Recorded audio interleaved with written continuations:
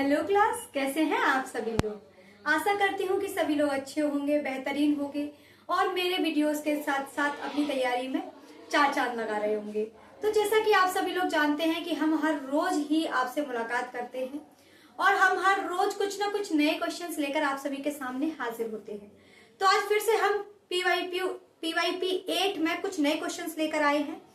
तो आइए हम स्टार्ट करते हैं नए पीवाईपी के साथ में।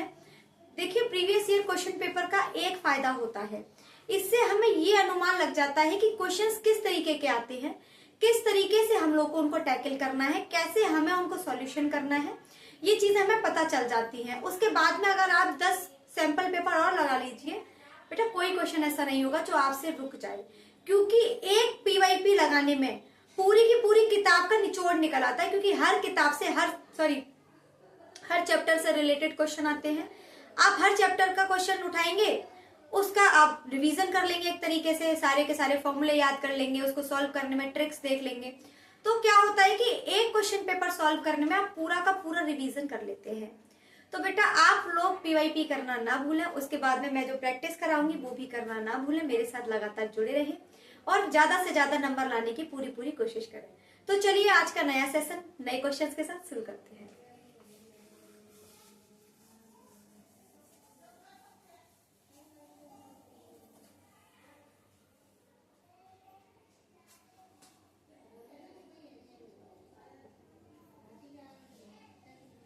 तो चलिए बच्चों, पहला क्वेश्चन क्या है हमारा। पहला क्वेश्चन है tan square 60 plus 4 cos square 45 plus 3 sec square 30 plus 5 cos square 90। बेटा ये हमारे पास क्वेश्चन है और आप लोगों को इस क्वेश्चन का आंसर बनाना है। तो चलिए बच्चों शुरू हो जाइए इस क्वेश्चन का आंसर बनाने के लिए। तो देखिए बच्चों, मैंने आप लोगों को ट्रिग्नोमेट्री से रिलेटेड बहुत सारे फॉर्मूले लिखा दिए थे। मैंने ट्रिग्नोमेट्री की पूरी टेबल आप लोगों को बताई है। याद करना नहीं, मैंने आपको बनाना बताई है। मैंने हर चीज आप लोगों को इतने अच्छे वे में समझाई है जिससे कि आपको कोई समस्या होनी ही नहीं चाहिए। और मुझे नहीं लगता कि ये क्वेश्चन आप लोगों के लिए जरा सा भी टफ है। बहुत ही इजी क्वेश्चन है। आप लोग को सिर्फ और सिर्फ ट्रिग्नोमेट्री के जितने भी रेशियोज दे रखे हैं उन सभी की वैल्यूज पुट कीजिए और आंसर निकल आएगा। तो चलिए मेरे साथ साथ देखिए कैसे सॉल्व करना है।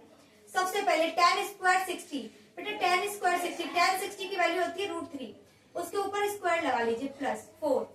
बेटा cos 45 की वैल्यू होती है 1/√2, लेकिन स्क्वायर है तो स्क्वायर लगा देंगे। बेटा 3 को अपनी जगह रखेंगे और sec की वैल्यू होती है बेटा 2/√3, स्क्वायर है तो स्क्वायर लगा देंगे प्लस 5। बेटा cos 90 की वैल्यू होती है 1 और 1 के ऊपर भी लगा देंगे स्क्वायर। चलिए आगे सॉल्व करते हैं। स्क्वायर से बेटा रूट कैंसिल तो 3 बचा, 4 मल्टीप्लाई स्क्वायर से रूट कैंसिल तो 1/2 बचा, प्लस 3 स्क्वायर से रूट कैंसिल तो 2/3 बचा, प्लस 5। बेटा 1 का कितना भी स्क्वायर कर लीजिए, 1 की कितनी भी पावर लगा लीजिए, 1 का 1 ही रहता है। तो बेटा देखिए 2 2 जा 4, 3 से 3 कैंसिल तो क्या होगा 3, 2 1 जा 2, 2 प्लस 5। बेटा कितना हो गया आपका 3 और 2 5, 5 10 और 2 12। बेटा आपका टोटल कितना निकल के आ गया 12। यही क्या होगा बेटा आपका आंसर। क्या इसमें ऐसा कुछ लगा जो आप लोग नहीं कर पाएंगे, ऐसा कुछ लगा कि आप मतलब ऐसा लग रहा हो कि बहुत कठिन सा गए? कुछ नहीं है, बहुत ही इजी सा क्वेश्चन था। आई होप आप लोग को समझ में आ गया होगा। अगर समझ में आ गया है तो नेक्स्ट क्वेश्चन की तरफ बढ़ जाते हैं।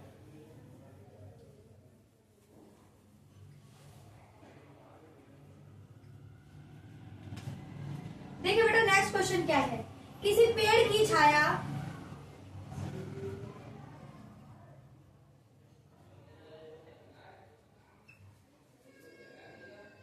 उसकी ऊंचाई से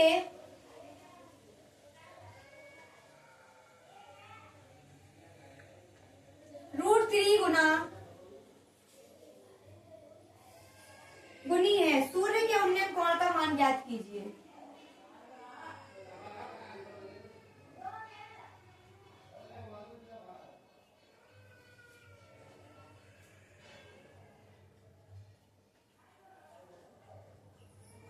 चलिए बच्चों, आप लोगों को एंगल फाइंड करना है। क्या फाइंड करना है? एंगल।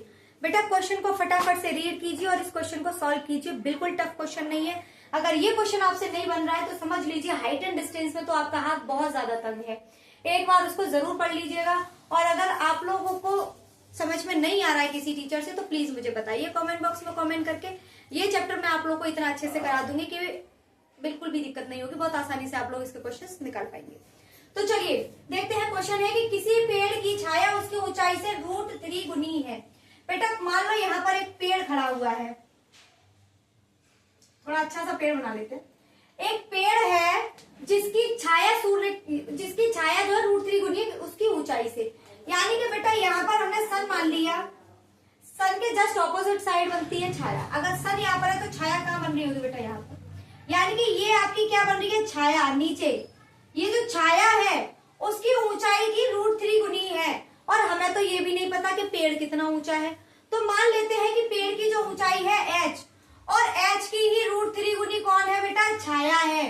हमसे बोला है कि बेटा एंगल बता दीजिए ये क्या है? सूर्य का उन्नयन कोण बताइए। उन्नयन कोण कितना है? तो चलिए बच्चों उन्नयन कोण कैसे फाइंड करेंगे? तो सबसे पहले आप लोग लिख लीजिए, माना h पेड़ की ऊंचाई है तथा पेड़ की छाया h√3 है। हमें उन्नयन कोण निकालना है। बेटा जब भी आप कभी भी हाइट एंड डिस्टेंस का क्वेश्चन करें तो इतना जरूर लिख दें जिससे कि एग्जामिनर को समझ में आ जाए कि हाँ बच्चे को पता है कि क्या दिया गया है और हमें क्या निकालना है। तो बेटा सबसे पहले मैं क्या करूंगी, बेटा हमें लंब दे रखा है, आधार दे रखा है, तो लंब और आधार वाला tan थीटा होता है। मैंने tan थीटा लगाया। लंब h है, आधार क्या है? √3h। बेटा h से h कैंसिल हो गया, बचा क्या? tan थीटा बराबर 1/√3। अब बेटा इसको आगे सॉल्व कर लेते हैं, क्या करना है?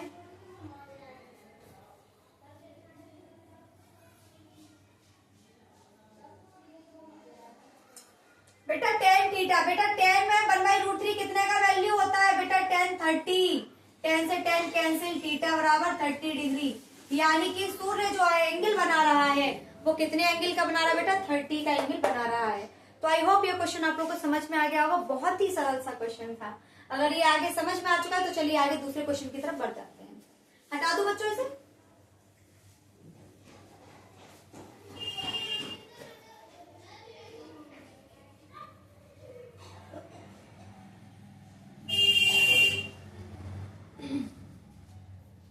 देखते हैं बेटा नेक्स्ट क्वेश्चन क्या है।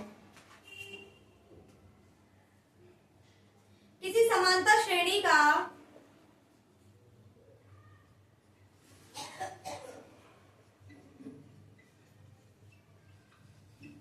पहला पद 12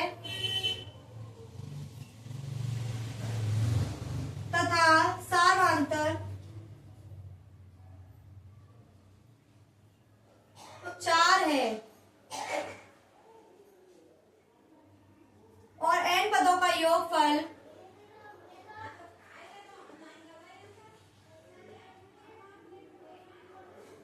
132 है। n का मान निकालिए।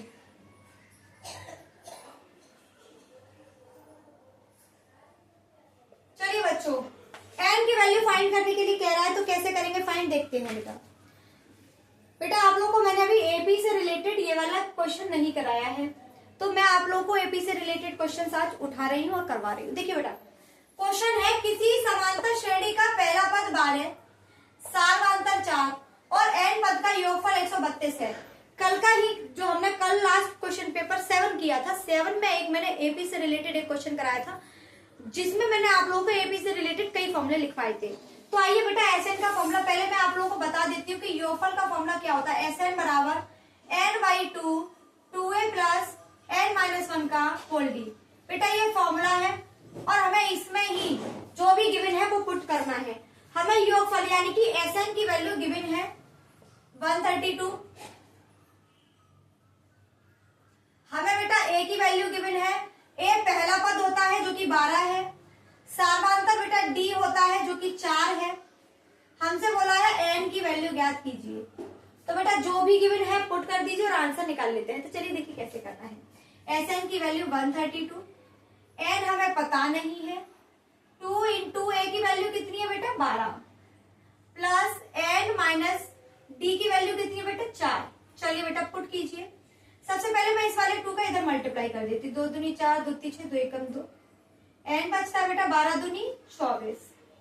बेटा 4 का पहले इसके साथ फिर इसके साथ मल्टीप्लाई कर लेंगे, 4n माइनस के है 4, 264 बराबर n।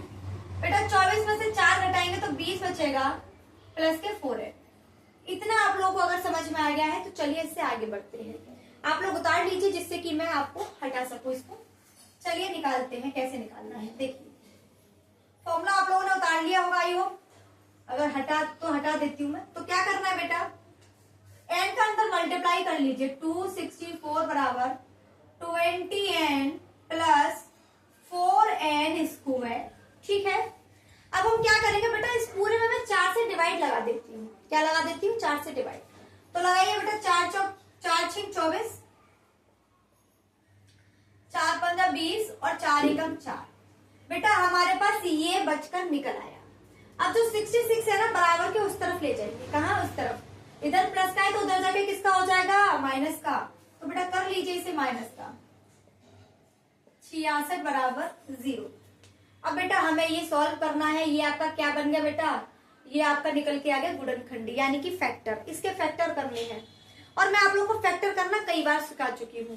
क्या करते हैं हम, पहली वाली संख्या का c से मल्टीप्लाई करते हैं और मल्टीप्लाई करने के बाद में कोई भी 2 डिजिट ऐसे लेते हैं जिनका मल्टीप्लाई करने पर लास्ट वाला डिजिट आए और उनको जोड़ने या घटाने पर बीच वाला आ जाए। तो चलिए बेटा सॉल्व करते हैं।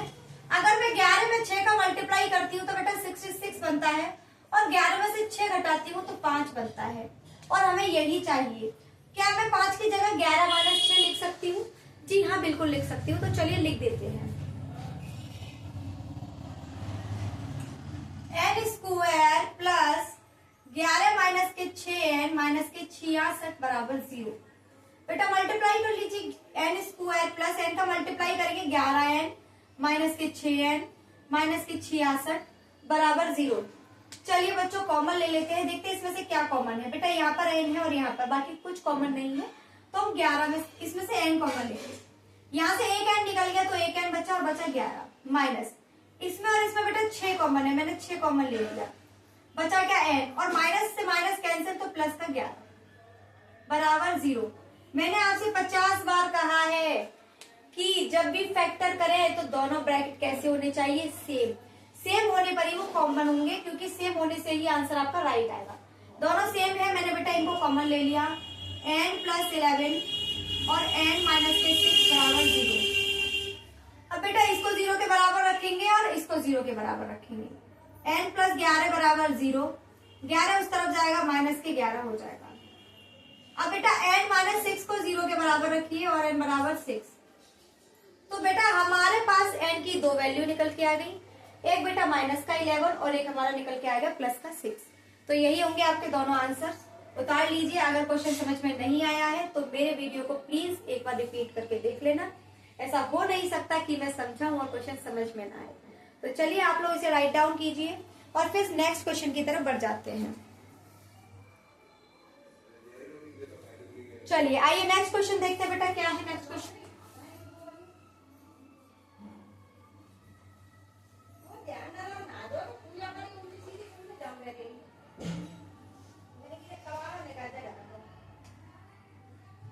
क्वेश्चन क्या बेटा, यदि ए और बी क्रमशः माइनस के 2 माइनस के 2 और 2 माइनस के 4 हो तो बिंदु P के निर्देशांक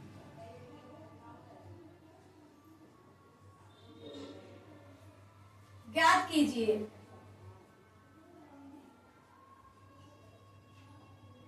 ताकि AP बराबर 3/7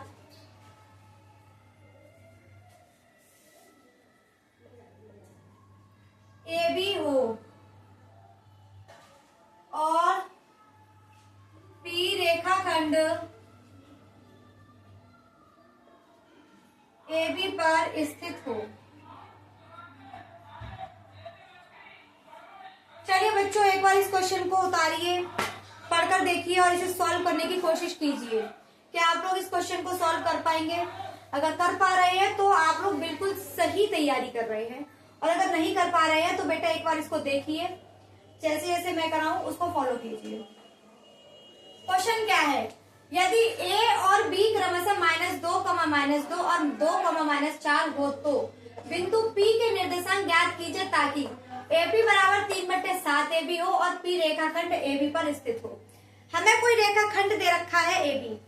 क्या दे रखा है? AB कोई रेखाखंड है।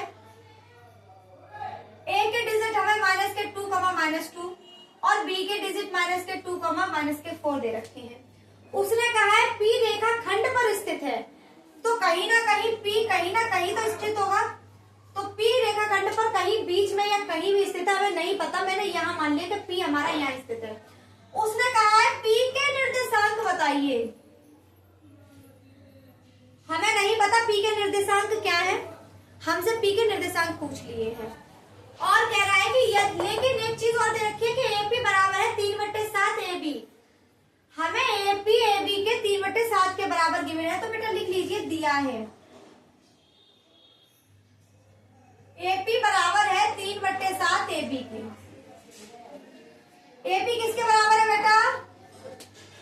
AP बराबर है 3/7 AB के। अब देखिए बच्चों, इसे कैसे सॉल्व करेंगे।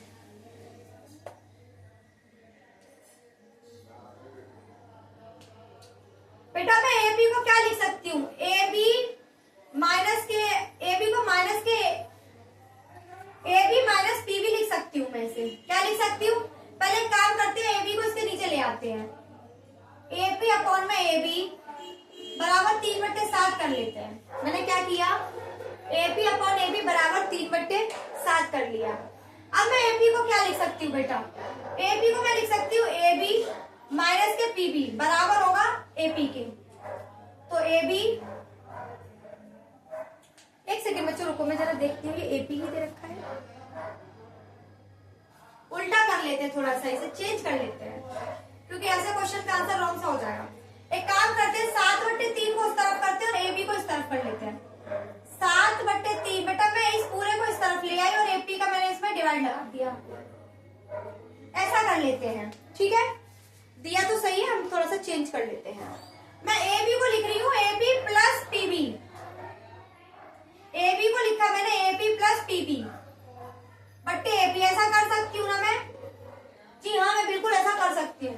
अब मैं AP का इसमें डिवाइड लगा देती हूँ और AP का इसमें डिवाइड लगा देती हूँ।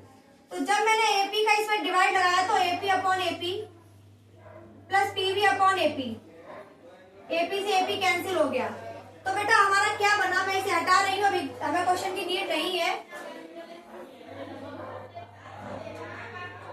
7/3 बराबर 1 प्लस PB अपॉन AP आ गया। 1 को बेटा इस तरफ लाइए और इसमें से घटाइए, तो बेटा क्या बनेगा? 7 - 3 अपॉन 3। ठीक है, इसे हटा देते हैं यहां से। बेटा साथ के साथ उतारने चलना, क्योंकि क्वेश्चन थोड़ा सा लेंथी रहेगा और इसका अगर एक स्टेप भी छूटा तो आप लोगों को समझ में नहीं आएगा। 7 में से 3 गया तो कितना बचा बेटा? 4/3 बराबर PB अपॉन AP। बेटा हमारे पास रेशियो निकल कर आ गया AP रेशियो PB बराबर होगा 3:4 के। देखिए बेटा AP हमारा कितना है? 3 और PB हमारा कितना निकल के आ गया? 4। अब जैसा कि आप लोग जानते हैं कि जब हमें रेशियो मिल जाता है तो ये वैल्यू किसकी होती है बेटा? M1 और M2 के। इसे मैंने X1 और X2 मान लिया, सॉरी Y1, इसे X2 Y2। तो आप लोग अब समझ गए होंगे कि हमें P की वैल्यू निकालने के लिए क्या करना होगा। हमें करना होगा बेटा रेशियो वाला फॉर्मूला अप्लाई। तो रेशियो वाला फॉर्मूला मैं आप लोगों को करा चुकी हूँ। तो क्या होता है बेटा? X, Y बराबर हो जाएगा X1 into M2 plus X2 into M1 बट्टे M1 plus M2 y2 m1 upon में है m1 प्लस के है m2। यहाँ तक आप लोगों को समझ में आ गया होगा। बेटा हमें क्या करना है, सिर्फ और सिर्फ पॉइंट्स को अप्लाई करना है। तो चलिए बेटा अप्लाई कर देते हैं इसमें।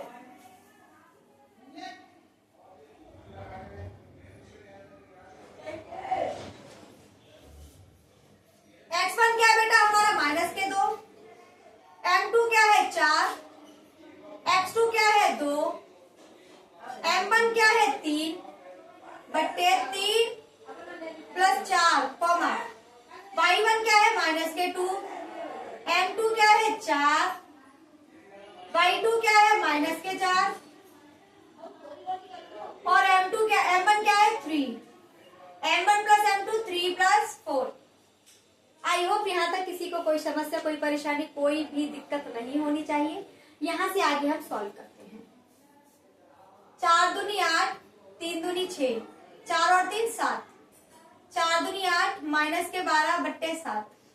बेटा जोड़ लीजिए, 8 में से 6 गए कितना बचा -2 बट्टे 7, -8 और -12 20 होते हैं बेटा बट्टे 7।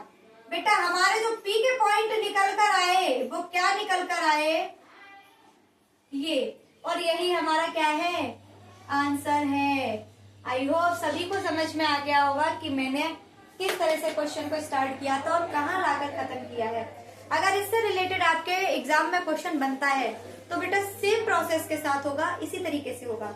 अगर क्वेश्चन समझ में आ गया है तो चलिए इसे उतार लीजिए और फिर बढ़ते हैं नेक्स्ट क्वेश्चन की तरफ।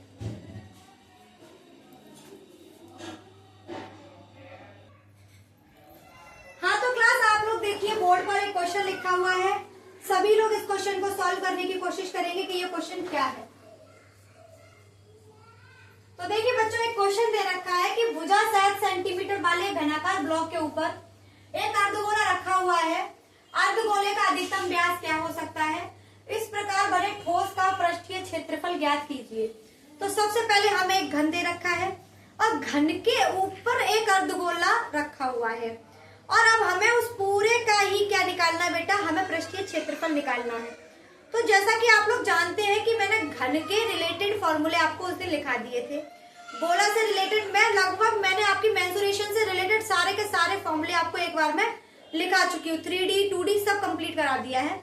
तो आइए क्या करना है हमें, सबसे पहले हमें क्या करना है, 7 सेंटीमीटर वाले घनाकार ब्लॉक।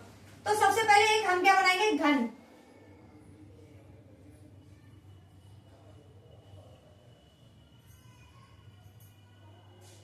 ये हमने बना लिया एक घन और इस घन के ऊपर बेटा एक क्या रखा है, अर्धगोला रखा है।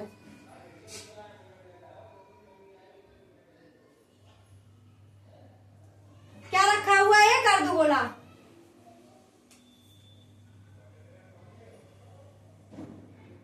अब ठीक है, इस घन के ऊपर एक अर्धगोला रखा हुआ है। उसने कहा है कि अर्धगोले का अधिकतम व्यास क्या हो सकता है। हमें जो घन के भुजा की लंबाई है वो बेटा 60 सेंटीमीटर दे रखी है। कितनी, 7 सेंटीमीटर। याद रखिए घन की हर भुजा की लंबाई सेम होती है। तो 7 ये है तो ये भी है, ये है तो ये भी है, ये भी है, ये भी है। जब ये है तो बेटा ये भी तो 7 सेंटीमीटर ही होगी। डिफरेंस तो सब में बराबर का ही होगा। तो यहाँ की डिस्टेंस भी कितनी होगी, 7 सेंटीमीटर। और इतने एरिया में तो बेटा हमारा गोला ही रखा हुआ है। तो बेटा आपका जो व्यास होगा, जो गोले की भुजा बराबर होगी अर्धगोले के व्यास के। यानी कि अगर गोले की भुजा 6 है, 7 है, तो अर्धगोले का व्यास कितना हो जाएगा, 7 सेंटीमीटर हो जाएगा। तो बेटा व्यास निकल आया हमारा कितना, 7 सेंटीमीटर। अब व्यास निकल आया है। अब हमसे लास्ट पूछा है कि पृष्ठीय क्षेत्रफल ज्ञात कीजिए। तो चलिए पृष्ठीय क्षेत्रफल निकाल देते हैं। सबसे पहले मैं यहीं से रेडियस निकाल लूंगी। रेडियस क्या होती है बेटा, व्यास की आधी। रेडियस मैंने निकाल ली है। अब हमें क्या करना है, सिर्फ अप्लाई करना है। तो बेटा ठोस का पृष्ठीय क्षेत्रफल,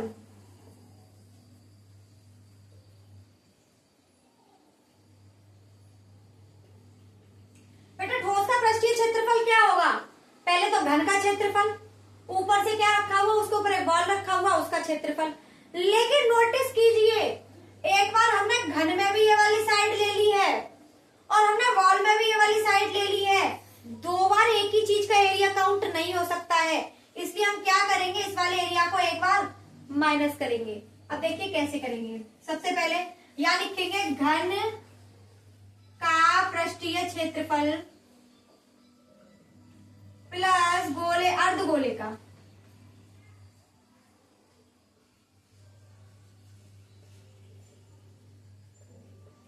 पृष्ठीय क्षेत्रफल और उसमें से घटा देंगे बेटा क्या, गोले का, सॉरी वृत्त का क्षेत्रफल। क्या घटाएंगे बेटा, वृत्त का क्षेत्रफल, क्योंकि ये सिर्फ नीचे नीचे क्या बचता है बेटा, वृत्त। इसका क्षेत्रफल क्या कर देंगे बेटा, घटा देंगे। तो बेटा घन का क्षेत्रफल मैं आपको बता चुकी हूँ, पृष्ठीय क्षेत्रफल होता है ए स्क्वायर। ए बराबर है भुजा के, ए क्या है बेटा, भुजा के बराबर है। तो मैंने यहाँ पर लिख लिया 6a स्क्वायर। बेटा अर्धगोले का पृष्ठीय क्षेत्रफल होता है 2 पाई आर स्क्वायर और वृत्त का क्षेत्रफल तो आप लोग जानते ही क्या होता है, पाई आर स्क्वायर। अगर यहां तक आप लोगों को क्वेश्चन समझ में आ गया है तो बेटा पूरी तरह से क्वेश्चन समाप्त हो चुका है, कुछ नहीं बचा है, अप्लाई करना है। तो चलिए बेटा इसकी वैल्यूज को पुट कर देते हैं फटाफट से। क्वेश्चन में हटा रही हूँ क्योंकि इसकी अब हमें जरूरत नहीं है। तो बेटा 6 ए क्या दे रखा है बेटा, 7 का स्क्वायर प्लस बेटा 2 पाई आर स्क्वायर में से 1 पाई आर स्क्वायर घटाओगे तो कितना बचेगा, only pi r square. 6 into 7 का स्क्वायर 49 पाई इंटू बेटा आर कितना है बेटा 7/2 होल स्क्वायर। मल्टीप्लाई कर लेते हैं।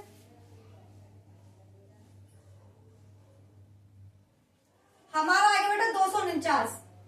बेटा पाई को मैं 22/7 में तोड़ रही हूँ। 7 का स्क्वायर होता है 7 गुणा 7 और 2 का स्क्वायर होता है 2 गुणा 2। चलिए बेटा कैंसिल आउट करते हैं। 7 से 7 कैंसिल, 2 से कितनी बार गया, 11 बार। यहां से थोड़ा सा हटा दे रही हूँ। 294 प्लस बेटा 11 का मल्टीप्लाई करोगे तो 77/2। अब तो बेटा कुछ नहीं बचा, सिर्फ एलसीएम लेना है और सॉल्व करना है। कर लीजिए। 2 चौक 8, 2 निम 18 प्लस 77/2। जोड़िए बेटा कितना आ रहा है,